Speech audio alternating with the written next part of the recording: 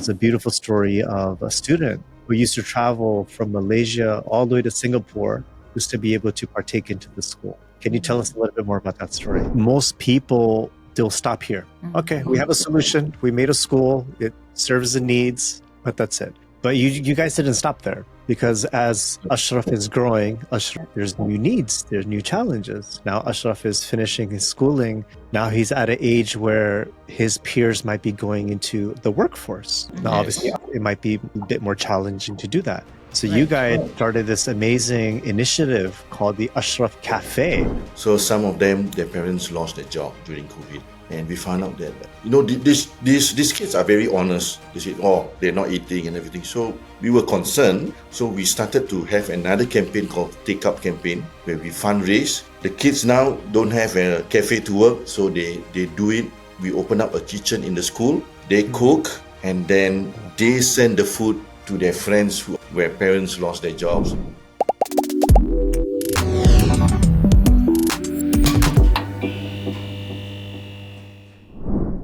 Hey, Assalamu alaikum. Hope everyone is doing well, inshallah. I want to welcome everyone to our very first episode, where we go beyond campaigns and dive deep into the hearts and the beautiful stories behind some of the most impactful initiatives at LaunchGood. Today, I'm your host, Sajjad, and today's story is one that has moved me deeply. We're sitting down with the founders of M.I.J.A, a faith-centered school for children and youth with special needs that started from a deeply personal place, a parent's love for their son. When brother Ali and sister Farah's son Ashraf was excluded from both mainstream schools and religious programs due to his autism, they didn't just pray for a solution. They, mashallah, built one. What started in 2011 with just 13 students in a mosque classroom has now grown into a thriving network with over 480 students, multiple centers across Singapore, and with two beautiful social enterprises, Ashraf's Café and Kamino Coffee, that are changing the way we think about inclusion, employment, and dignity. This episode is about vision, it's about faith, and it's about what's happening when barakah meets relentless love. Brother Ali and Sister Farah, thank you so much and welcome to the series. Thank you. Thank you for having us on your show. Alhamdulillah, alhamdulillah. SubhanAllah, I know the three of us connected a few days ago, and I get to know you guys and the beautiful stories. And SubhanAllah, I'm going to be very honest. I've been thinking about it since then. And I just said, I don't think there's a more beautiful story that we can talk about, especially in the first episode. It just really hit home. And mashallah, it's an inspiring to see, individuals like you from around the globe, where you guys are, that are, creating this impact. And inshallah, I pray that Allah continues to put barakah in everything that you guys are doing, allow it to scale beyond your wildest dreams. And inshallah, hundreds of years from now, when children are reading, they talk about, there was this brother Ali and sister Farah. They were the pioneers. Look at what they did, mashallah. So what I wanted to do was I wanted to first take a step back, for our listeners that are joining us for the first time. Tell us about your early days. How did the two of you meet? What were the first years like of being a parent? Okay, maybe I start. We were kind of matchmade by Farah's cousin at that time, I was 28, she was 27. And then she introduced us. And then we went out in a group. And then on our second date, actually, her father requested to see me. So I went to her house, and she didn't know at that time. I proposed at that second date on our second week. And we got engaged on the third week. And 6 months later, we got married. SubhanAllah. SubhanAllah. It's such an inspiring story. MashaAllah. Yeah. And then 18 months later, we got Ashraf. Ashraf was born. MashaAllah. So MashaAllah. it was a getting to know session between me and Sister Farah. And then we had Ashraf. Ashraf was fine for the first 18 months. And when he was at 18 months, his eyes start to squint. His Mm. right went inside, and we had to see the doctor. And then that's when he was diagnosed first with tuberous sclerosis, Yeah. right? Yeah, tuberous sclerosis is a non-cancerous tumor. So what happened is that when we went to the hospital, we thought we're going to fix the eye, but instead they actually discovered that about seven white patches on Patches on his his body, body, yes. and they did a further checkup and investigation, and they got to know that this is a very rare disease. I think one out of hundreds of child will have this tuberous diagnosis. So from then on, we did Yes. a lot of checkup, his kidney, his heart. So we were like in and out of hospital Yeah. to do the checkup until they told us that, your son is diagnosed with tuberous sclerosis. And just to give you a head start, apparently this diagnosis can lead to having epilepsy. And true enough, at 2 years old, he had his first epilepsy Yes. seizure that lasts Exactly for when he was like, 2 years how old. many times is it? Yeah. It started off when he was 2, and all the way till he's 10, 10 he years has old. fits every single day Yeah. without wow. fail. And Yeah. it can happen like throughout the night, like 2, 3 times. There were times whereby, because it's so frequent, that we thought we hear him screaming or jerking, and we woke up and like, he's fine, because it's like become like a trauma, like Yeah. making Mm. him sure that he's safe, because as we need to ensure that he is able to be on the side, safe environment. Yeah. So and that time we were working, and we still go on. We still went to work. Yeah. He can We have still fits about the I think we counted before the number of times was 17 That was the times at most. night. That was the most. Yeah. But So usually throughout he the has about 4, 5, 6. So throughout the night, 8, 9. So the most was 17.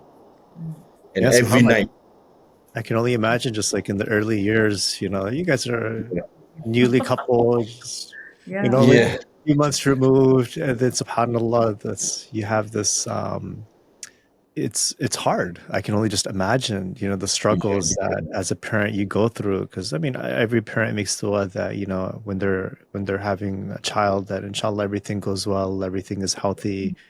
Mm. Uh, I can only imagine just like the pain, of being able to go through that. But alhamdulillah, oftentimes I feel that when we go through the struggles in life, we don't see the big picture, and oftentimes it needs that perspective. Yeah. At And that it's time, very yeah. hard to do during the moments, because it's like everything is like, ya Allah, why is this happening? Yeah. Yeah. Right? But it's now when you're so many quite years removed. overwhelming at times. Yeah, We have time, to be honest. At times, it was overwhelming, I'm sure. and we go through moments where we we just keep away from people. We don't want to see people. Just between us Yeah, and our subhanAllah, son. That's it. subhanAllah. Because the number of times we go in and out of hospital is just crazy. But Yeah. alhamdulillah, I think despite the fact that we got married within 6 months, and after which we get Ashraf in a short period of time, and then Ashraf has this diagnosis, I think it keeps the relationship stronger, Yeah. because we really rely on each other, to go through that struggle, to overcome that struggle. Yeah. So it keeps our marriage stronger, and we become closer. We are like a team. It's like a teamwork, to really raise Ashraf. Yeah. And then 18 months later, we get another one, another daughter. So like, wow, okay. Yeah, that's subhanAllah. Allah's the best of planners. Allah's the best of planners. Yeah, the best Yeah. planner. Yeah, Absolutely. actually, when we had our daughter, when Ashraf was at 3 years old, Ashraf was diagnosed with autism. Yeah. At 3, he wasn't diagnosed with autism. He was diagnosed with tuberous sclerosis first, Then autism. and then at 3 years old, he was also diagnosed with autism. And when our daughter was growing up with Ashraf, there was some trauma because Ashraf was always beating her, and Yeah, hurting her, hurting harming her. her. Yeah. And she was having selective mutism. Autism. I think. Yes, Yeah, we suspect that. we Yeah. suspect that she has silent mutism because she wasn't speaking. Yeah. she can speak, and then she just stopped talking because Yeah. of all the treatment by her brother. Yep. Yeah. So we also had to intervene her when she was Mm-hmm. younger at the same time. SubhanAllah. And one of the things I know you guys were mentioning too was when Ashraf started schooling early in his early years, he Mm. ran into quite a bit of challenges, because it was from bullying to not fitting in. And I remember you mentioned that I think it was in his art class. His classmates took a bucket of Yeah. water and just dumped water on him. Yeah, that happened as well. Yeah, because what happened is that I was called by the teacher, was telling me about what happened to Ashraf. So I quickly went to the school and then got to know that, tried to find him because he cannot be found after that incident. So I have to went around the entire school and found that he was in the toilet, in the male toilet, hiding inside. And after which that day, because he loved school, he loved being in a group setting. Yeah, and when that happened, right, he refused to go to school. And when he went to school after about a week, he actually crawled into the classroom from the back door of the classroom. He didn't want to be seen by his peers, and he actually wanted to sit right behind because he was sitting in front. But because of that incident, he wanted to sit behind. And I suspect because if he's behind at the classroom, he's able to see everyone. He's able to anticipate what's going to happen to him. So from then on, right, his confidence level went down, self-confidence went down, low self-esteem, and he has fear of meeting people, his fear of crowd. And we ever went to a mall and we were 2 hours there, and for 2 hours he was just looking down, not even looking up, and he was holding my hand so tight, and he doesn't want to let go of my hand. So that is the impact after what happened to him. Yeah. That was when he was attending public school, Yeah. The mainstream. so mainstream setting. So we have to take him out, and then we have to wait 2 years before he can go into a special school. SubhanAllah. And then during this time, from my understanding, he was also attending an Islamic program. Yes. And there During were that time, he difficulties. was attending Islamic school as well. But Correct. same thing happened, Similar he couldn't challenges. socialize, normal challenges. But luckily for him putting in a weekend Islamic school, we purposely put him together with the sister, with his sister. And I mean, the sister eventually, after going through about 8 madras weekend Islamic school from one school to another school, in the eighth school, I think it was eight, she finally said, no, it's not working. People start calling him mad, in Malay gila. And, she's hiding under the table. He's not talking. He's walking around the whole school. He's not benefiting. And then we finally talked to the principal, and the principal said, yeah, actually, he's not benefiting at all. So we took him out. So when we took him out, every weekend when we send my daughter and my younger son to the Islamic school, he pestered us, he wants to go, he wants to join. But so after times we decide, if there's no Islamic school that can cater for him, then we have to do something, and we decide to open one for him. He actually expressed his Yeah. interest. Every time he saw the sister went to the religious class, he would say, I want to go. So we told him, okay, you want to go? You pray that one day you're able to attend. And I think his prayer was answered by the Almighty. Allah, Yeah, inshallah. yeah. And just reflecting on that, like, subhanallah, he went through public schools and he was going through Islamic education on the side for weekend school, evening program. The challenges were enormous, just from being bullied to, incidents that may have happened throughout his early years, and just a sense of not being able to fit in. And so, subhanAllah, is that what kind of drove you guys to saying, okay, we need to do something for ourselves now? These cookie cutter solutions that maybe they're not addressing the needs of, because I feel you had a very unique need in the sense that Islamic education, number one, but then also education, curriculum, facilities structured around children that might be suffering from autism and other type of challenges. Yes. Yeah. So Okay. what was that moment that like, you know what, we've had enough. We need to make our own. Yeah, I think back then, right, most schools have teach the students about the knowledge, the functional like numeracy, literacy, skills. But I think what is missing is the moral values, right? Because at the end of the day, we want these children to be able to be integrated into the society, the community, right? Doesn't mean that they are special. You know, they can't be integrated, they can't make friends, they can't be together with the society. But before even we reach that phase, we need to educate them.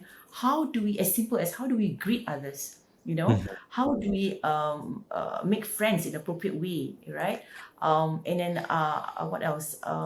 Yeah, these are the different simple things because it happened when Ashraf meet someone. You know, there was that those were days there's election going on in Singapore. So when there's election going on, the ministers will come visit a house, just say hi to residents. And apparently so he was so excited. So when he actually met this minister so-called, he actually spat at the Spit, yeah. minister. That I was shocked and I don't know what to do. It was so embarrassing. And that moment, there wasn't an awareness about autism. So I have to actually explain to the minister, you know, my son has autism, you know, this is something that he doesn't aware that is inappropriate and so on. So that's made me realize that, hey, look, you know, you can't just go into school and learn about the academic stuff and, you know, the skills. You also need to learn moral values, right? So Yeah. if you meet someone new, how do you greet? You don't go and speak with that person. So that makes us feel that, I think moral values gel very well with religious studies because it actually, you know, Rasulullah, stories of Rasulullah, how he treats the blind, even the blind mock at him. So these are the things that we want to instill in him.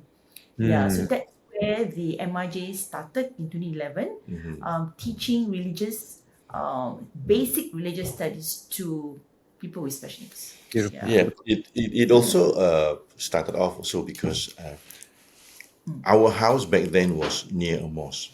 So I always go to, the 5 daily prayers sometimes after work, Maghrib, Isha especially.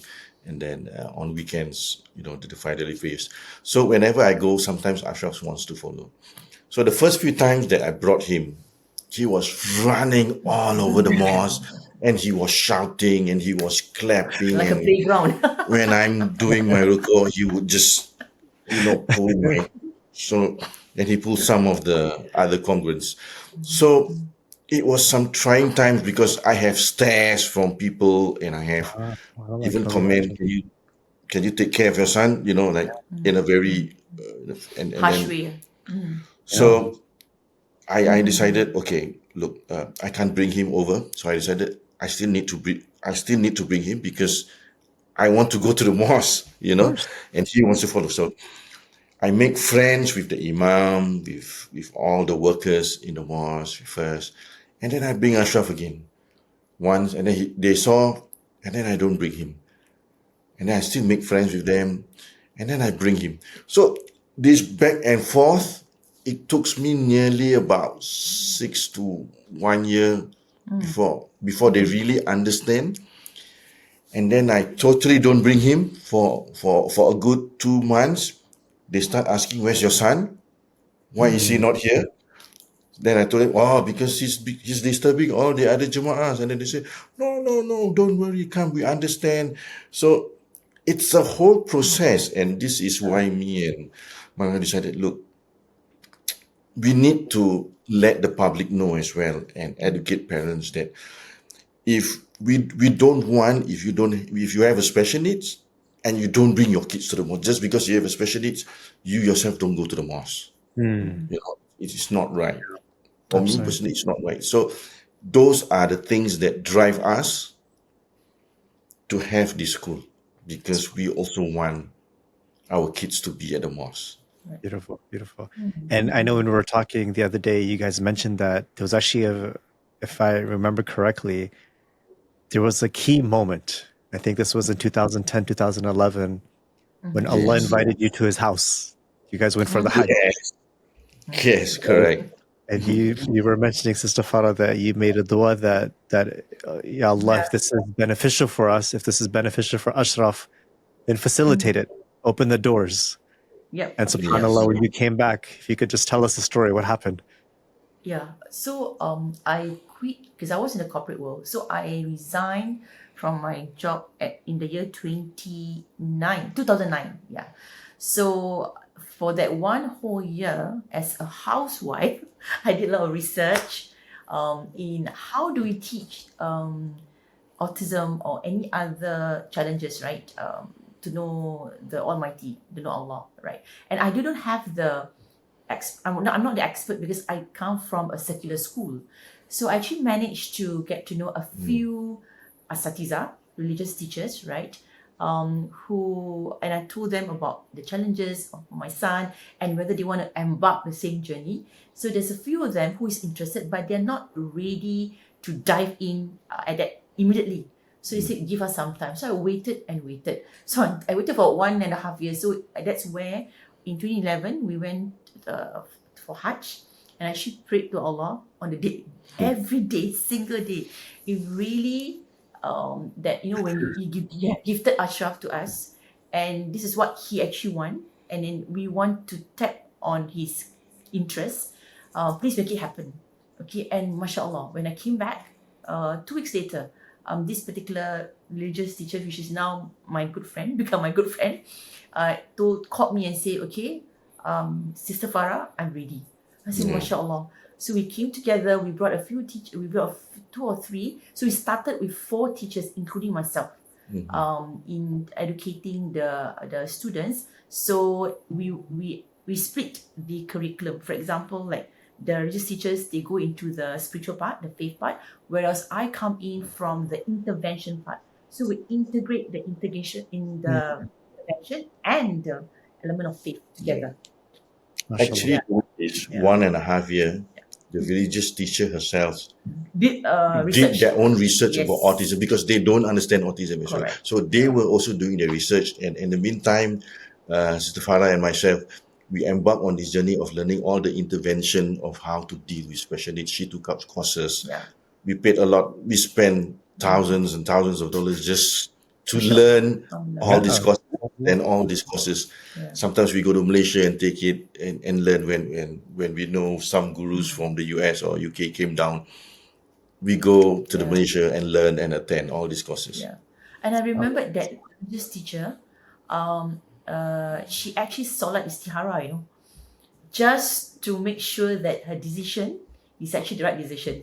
So hearing that, I'm like, okay, I feel relief also because you did your istihara, I did my istihara. Okay, together we embark on the journey. It's such a beautiful to see, like, starting something so grandeur, but with intention, with sidq, with like, okay, we're going to do this. And we don't know. We don't have all the answers. We don't have a master plan. We haven't hired consultants that have charted out a 5-year strategy, 7-year game plan. This is what our actual should look like. It's like, no, we have a son. He needs help. Yeah. And there are many children like our son that need help. Yes. Yep. If there isn't an institution like this that's going to be able to provide the need, guess what? We're going to figure it out. Yeah. I think it's very beautiful. And I'm sure even those early years, like you didn't have a place, right? You guys were utilizing the masjid space for this in the early years. Because we wanted to have it in a mosque because it's easier for them to learn to take wudu in the mosque and go to the prayer hall and teach them salat in the prayer hall. It's easier. But as the norm, we started off with 13 kids, so it was easy to handle them, And when the number of students starts to grow to 40 and 50, and you have all these 40 and 30 special needs child in and out running around the whole, it's too chaotic, and we have to move out of the mosque into a different place where we can handle them better.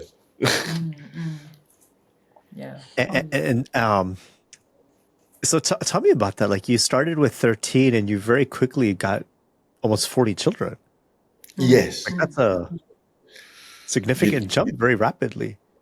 Yes. So it started in a small store. It's very small, and it was a store because the mosque we don't have any classes. Do you mind having a store? I said whatever room that you give us, we are very grateful. We just want to start a class because our son needs help and others like he needs help. Yeah. So they clean up the store, and that's the place where we teach our students, where we actually do our meetings, training. It's a small store. Yeah, and the numbers grew. As the numbers grew, right, we actually speak to the chairman of the mosque, like, can you give us more classes? And then we have to actually tell him that the numbers are rising. Why is it rising? And we are very grateful that the chairman is with us. He's Supportive of us, yeah. He's very supportive of the cause. And then that's where the classes come. And until 2 years later, right, we have to move out of the mosque because they're doing a big renovation. And that's where safety comes in. They have all these, we built the sticks all to do a lot of, for safety reasons. So we move out and we are going to give them a month or 2 weeks. 2 weeks to find a new place. Yeah. Yeah. Challenges after challenges.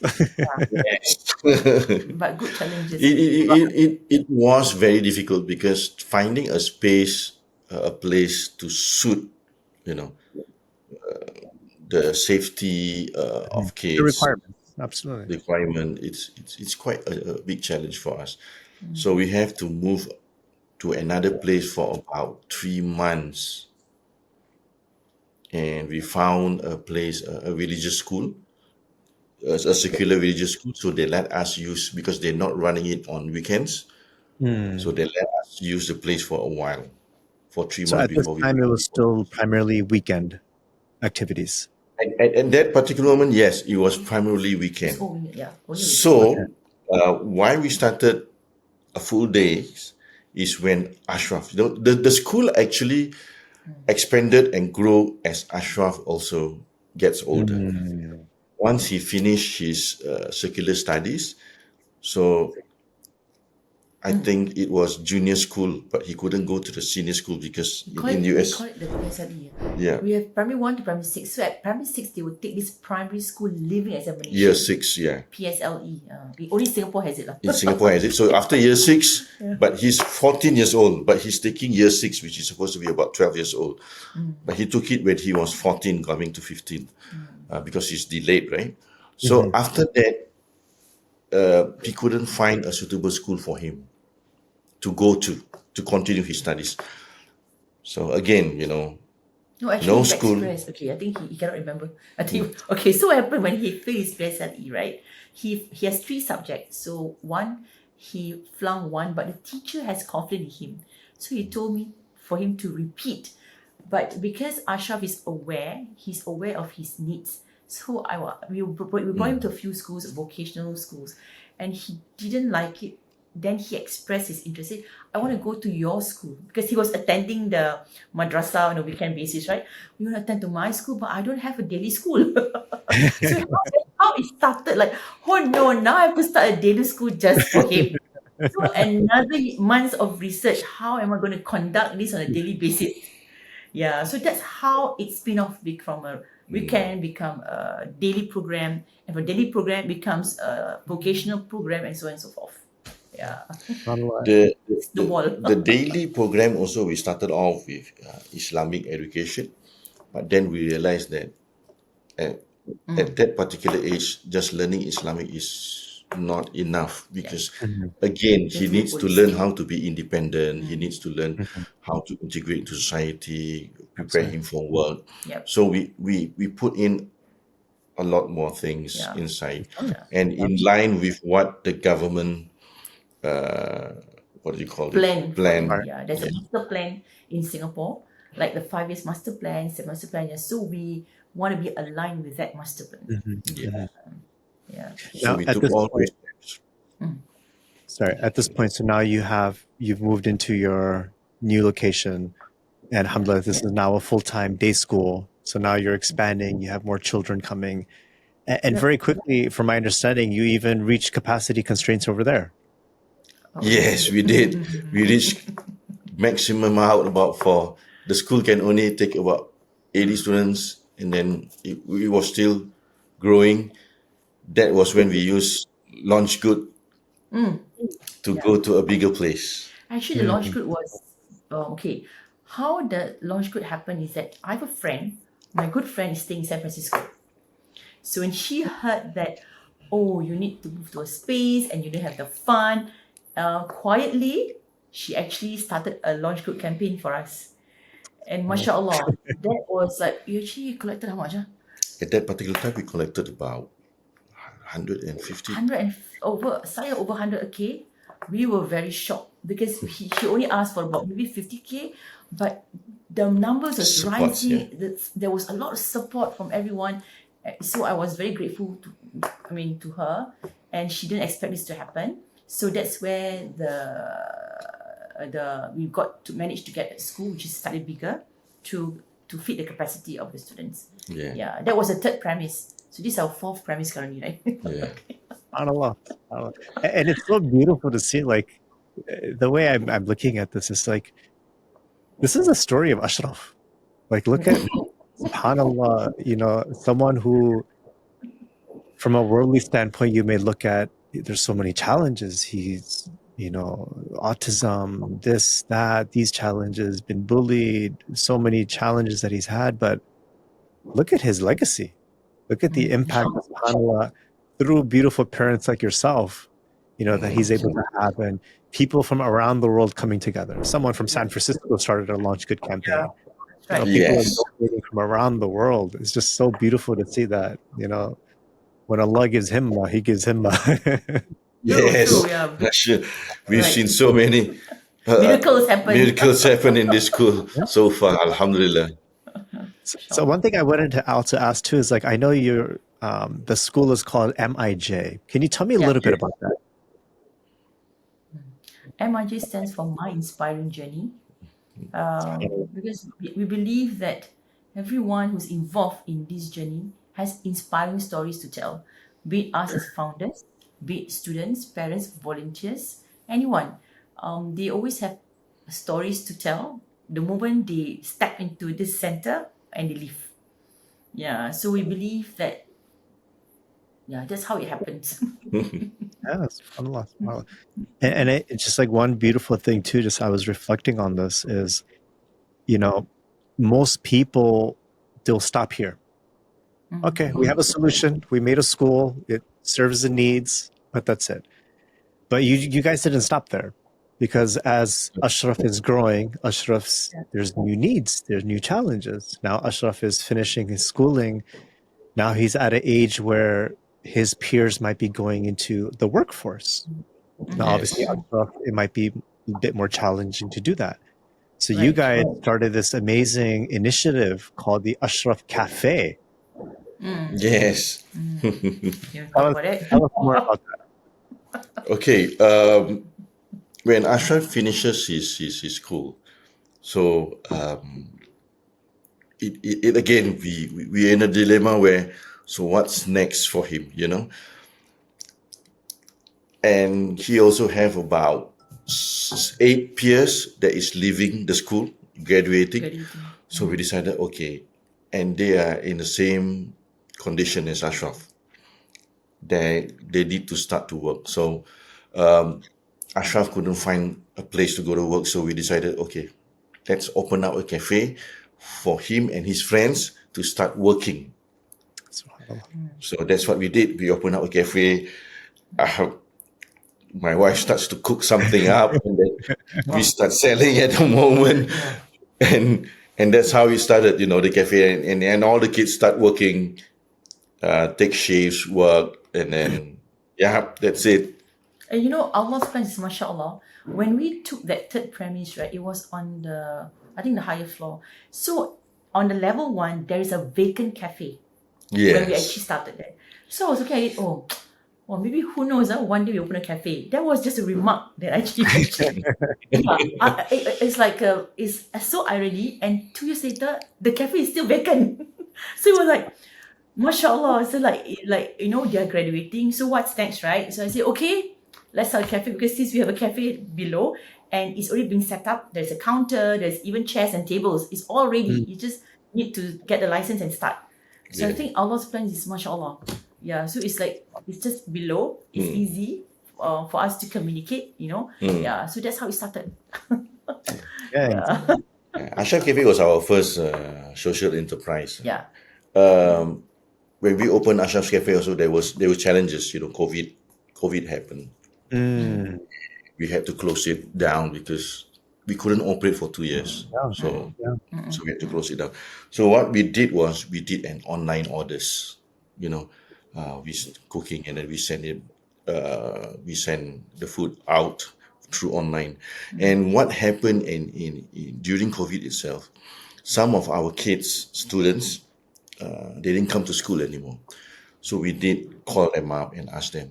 So some of them, their parents lost their job during COVID, and we found out that these kids are very honest. They said, "Oh, they're not eating and everything." So we were concerned.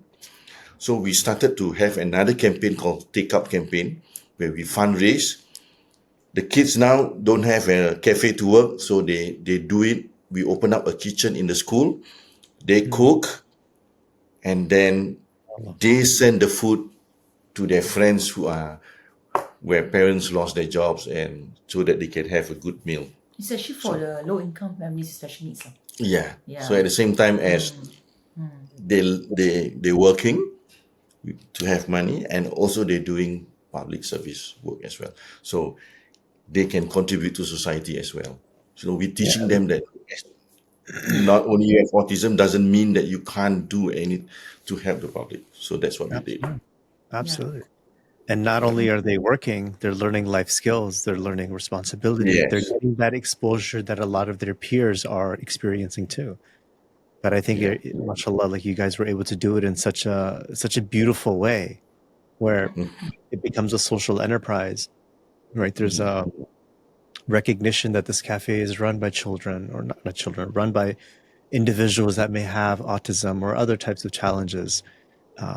It's very, very beautiful to see.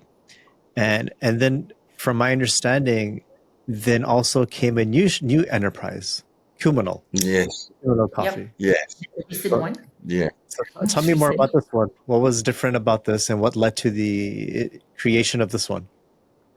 Okay. We wanted to do something at the end of the day with that is purpose driven by business.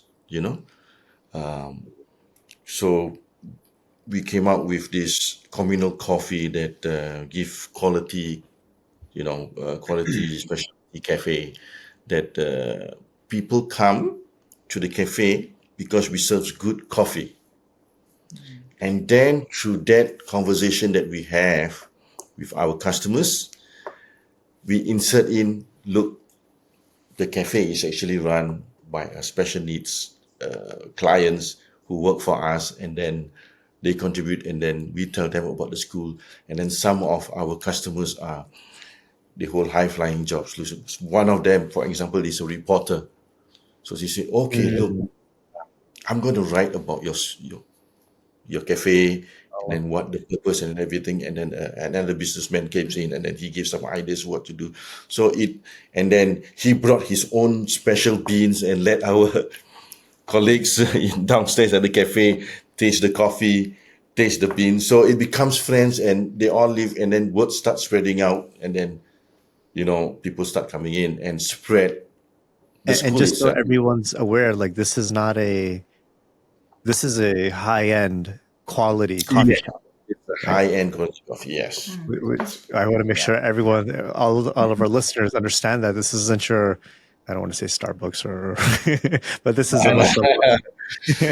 a high-end coffee shop, which is a social enterprise run by Yes. children, run by people that Correct. have different special needs. It's very beautiful to see that, that how even we as Muslims, we can challenge ourselves. And we're not just Yes. going to create a school and stop there. We're not just going to create a cafe and stop there. But we can actually go into these more difficult places and inshallah lead there as well. Create that big impact. Inshallah. Yes. Inshallah. Inshallah. SubhanAllah. SubhanAllah. So, one thing I was also thinking about too, Brother Ali and Sister Farah, is that, you guys started with the school, to be able to provide that education, the religious side as well, Islamic education. And then you morphed into being able to provide a livelihood, which Yep. for these children, for these kids with autism, which had a tremendous impact. One of the things you also mentioned too to me last time when we were talking is that there's also a zakat aspect of what you guys do, where when you guys collect zakat and when you're distributing it, it's actually a lot of these children, the kids with autism, that are also pioneering this. Can you tell us a little bit about that? The zakat, when we go to some of the houses,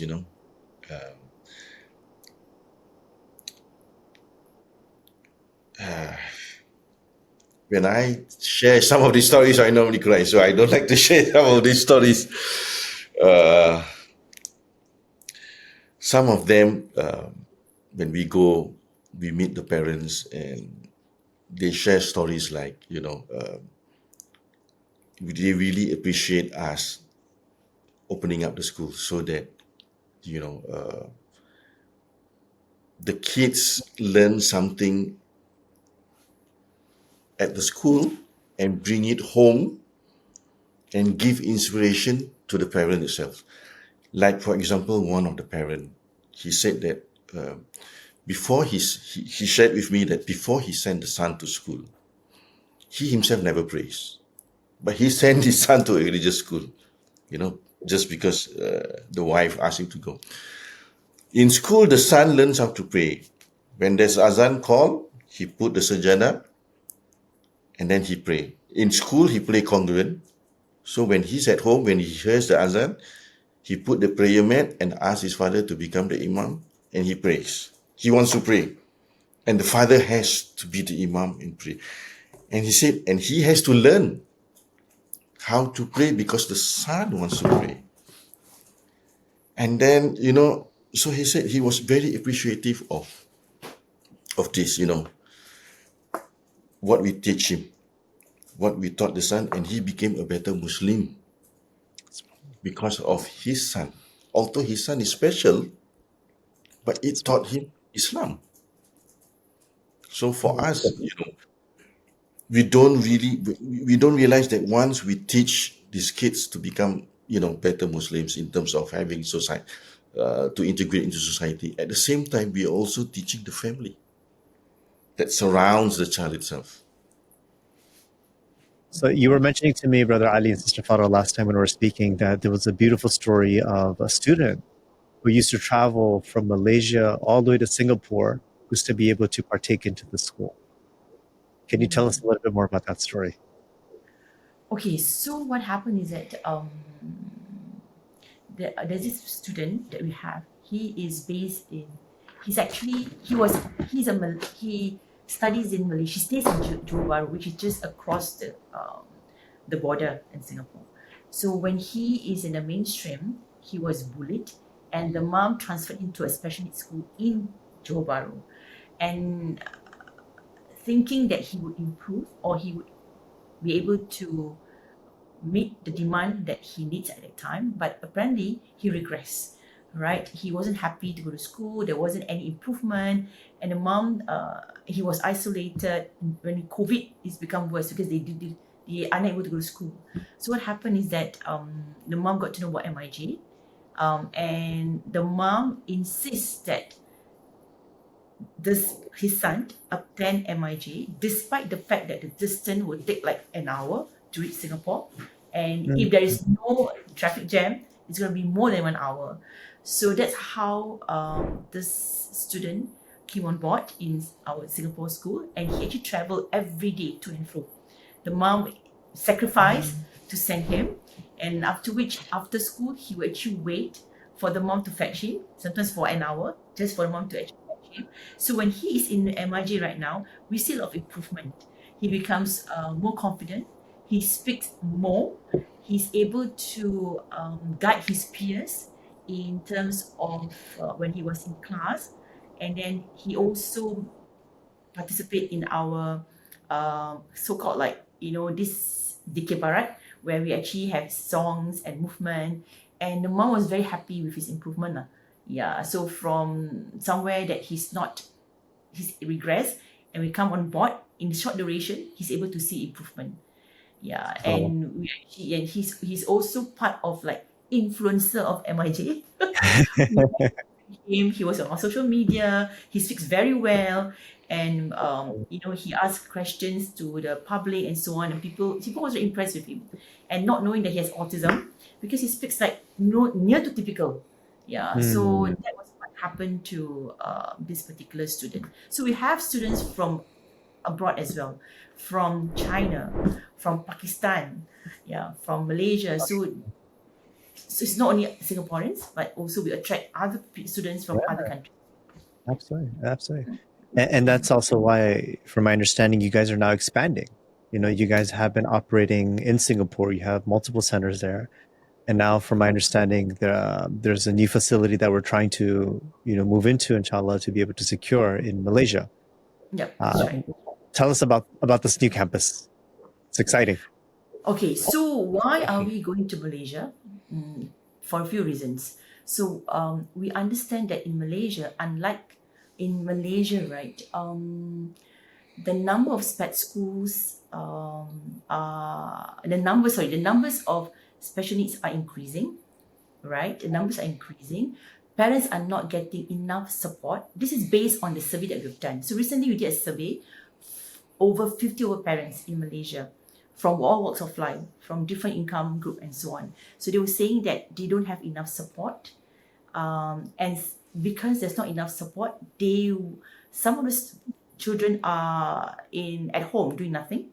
They were not engaged, and therefore they regress. Also, I think in terms of the curriculum, right? The curriculum is also not what they expect to be. It's not enough. It was not enough for them. And then the life skill was neglected, limited options for anybody 18 and beyond. So these are the struggles that parents are actually facing. So when they find out about MIJ, what we have done, due to testimonial, words of mouth, they gain interest to actually send their child to MIJ. So we are going to Malaysia because of the demand. The demand is there. So instead of, other than helping our own Singaporeans kids, we're also helping out there in Malaysia, hoping that we can do more, and hoping that parents are able to, be able to have a peace of mind that my son has or my daughter has somewhere to go. Yeah, Absolutely. yeah. And it's so important because the need is there, because there's children, there's people around the world, whether in neighboring China, Pakistan, you mentioned Malaysia, Singapore, Indonesia, within that region, but even here, right? Like I'm here in the States, right? In the West, Canada, US, like the need is still there. And it's very inspiring to see that, mashallah, you guys are leading this ambition. Inshallah, I want to see a MIJ campus here in DC. Mashallah. I want to see campuses around the world, because again, it's such I feel what you guys have done is in such a beautiful way, where again, it doesn't just stop at education, right? Yep. But after education, when it comes time for life skills, to be able to work in the marketplace, right? It's a full-fledged model. It's almost like a prophetic model, inshallah, that's being able to move it in the right direction.